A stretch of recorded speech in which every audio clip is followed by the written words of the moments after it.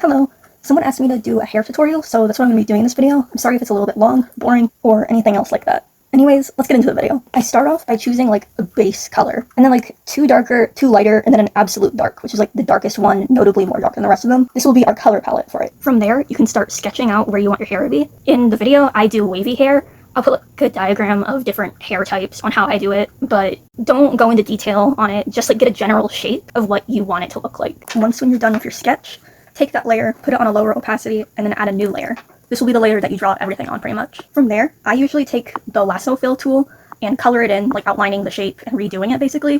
But you can also get the same effect by using the airbrush and just coloring it in. But I usually do this and then use the blur tool and blur the edges out. After that, put your current layer on an alpha lock and select the next darkest color to your base color. Also, choose where your light source is. I decided to make mine coming from the top left. If you're drawing a hair type that has a part, then start out by outlining that again with your new darker color. With the way I draw hair, I start out simple and progressively get more complex. We'll use this color to start sectioning off the hair into like chunks. Each section will start out of the part. Make sure your parts flow like the hair type. So if it's straight, then the lines are pretty straight. Or like with mine, I have to make them a little wavy because I'm doing the hair the wavy style. For the next round of shading, select the second darkest color and repeat what you did on the last shading round. Try to add these little like triangle things near the part in there too, and outline some like random pieces and strands of hair to add a little bit of depth. This is what it should kind of look like when you're done. Now we'll use our absolute dark. Draw on the parts that have the least amount of light on it. Try to use it sparingly though, don't overdo it. I'd recommend using it at a low opacity for some of the other parts that aren't like quite the darkest but still are pretty dark. Just so then you guys have like a visual on where to shade it better than how I verbally explained it.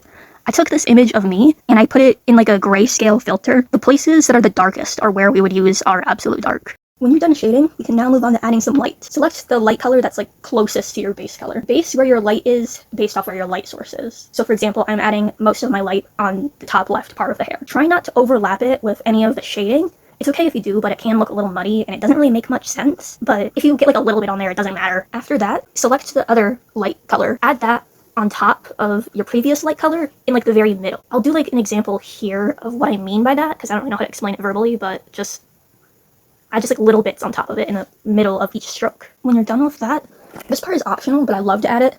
You can add little like strands of hair going off. Like this would be on a new layer. I like to add it because, I mean, no one has perfectly placed hair. There's always like a few strands coming off. Just like add those, kind of try to mimic whatever the texture would be. I don't know how to verbally explain it, but it's my favorite part of drawing hair. When you're done with that, that's pretty much it. Thanks for watching. Comment if you have any questions. I'll make sure to answer them.